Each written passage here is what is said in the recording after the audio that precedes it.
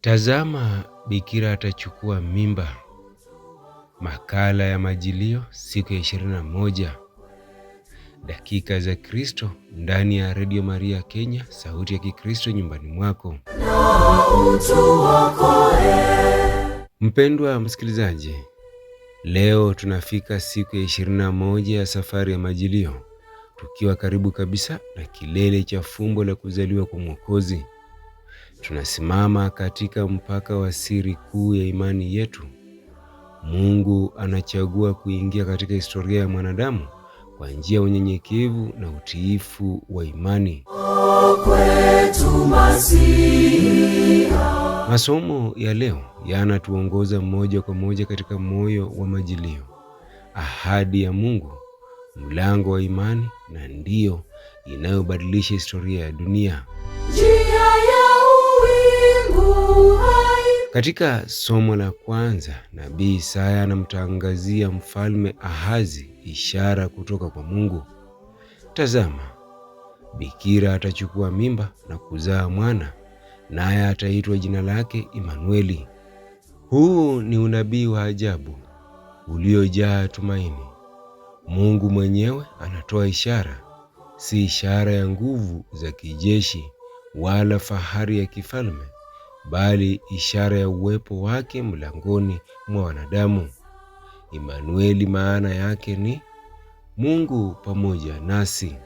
Katika siku hii ya 21 ya Majilio, Isaya anatukumbusha kwamba Mungu haji kwa namna tunavyotarajia, anakuja kwa namna tunavyohitaji. Anakuja kuwa karibu nasi, kuishi nasi na kutuokoa kutoka ndani ya hali yetu ya kibinadamu.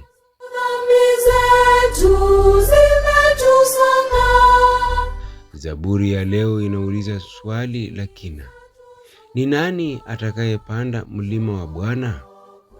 Jibu ni wazi: aliye na mikono safi na moyo safi. Katika Majilio, zaburi hii ni mwaliko wa kujitakasa, si kwa hofu bali kwa upendo. Tunaitwa kuandaa mioyo yetu kama mahali patakatifu, ili Bwana aweze kuingia na kukaa. Kadri Kristo anavyokaribia kuzaliwa, kanisa linatuuliza, je, mioyo yetu iko tayari kumpokea mfalme wa utukufu? Sehemu ya Injili kama ilivyoandikwa na Mtakatifu Luka ni kilele cha masimulizi ya Majilio. Malaika Gabrieli anatumwa kwa Bikira Maria na kumtangazia mpango wa Mungu. Habari hii inazidi akili ya kibinadamu, lakini Maria hajafunga moyo wake. Anauliza, anasikiliza na hatimaye anasema maneno yanayobadilisha historia. Tazama, mimi ni mjakazi wa Bwana, na iwe kwangu kama ulivyosema. Hii ndiyo ya imani, ndiyo ya unyenyekevu, ndiyo ya kumwamini Mungu bila masharti. Kwa Maria, neno linapata mwili. Kwa Maria, Majilio inakuwa Krismasi. Katika awamu hii ya mwisho ya Majilio, Injili inatuuliza, je, tuna ujasiri wa kusema ndiyo kwa mapenzi ya Mungu hata pale yasipoeleweka kikamilifu? Masomo ya leo yanatuunganisha katika ujumbe mmoja wenye nguvu.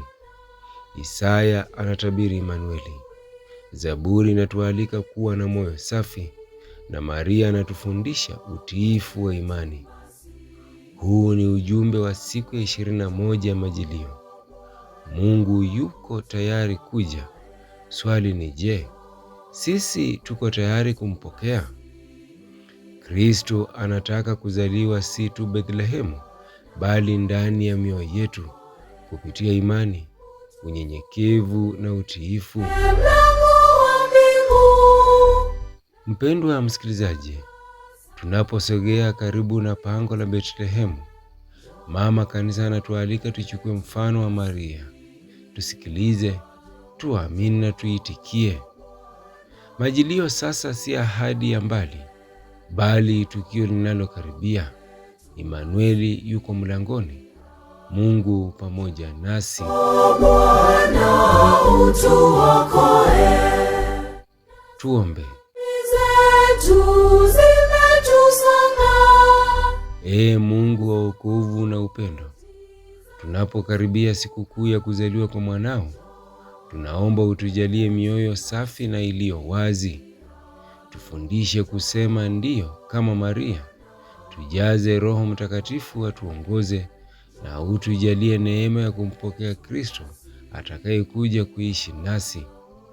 Ondoa hofu, imarisha imani yetu, na uifanye mioyo yetu kuwa makao ya Imanueli. Tunakuomba haya kwa njia ya Kristo Bwana wetu na Mwokozi wa dunia. Amina. Njoo kwetu Masiha. Mpendwa msikilizaji wa Radio Maria Kenya Nairobi, ninakutakia siku iliyojaa neema, amani na furaha ya majilio. Mungu awabariki na awalinde tunapoendelea na safari hii takatifu. Nimekuwa wako Shamba wa Shamba. Tukutane tena kesho katika makala kama haya, tunapokaribia zaidi ujio wake Yesu Kristo. Siku njema. Njoo kwetu Masiha, njoo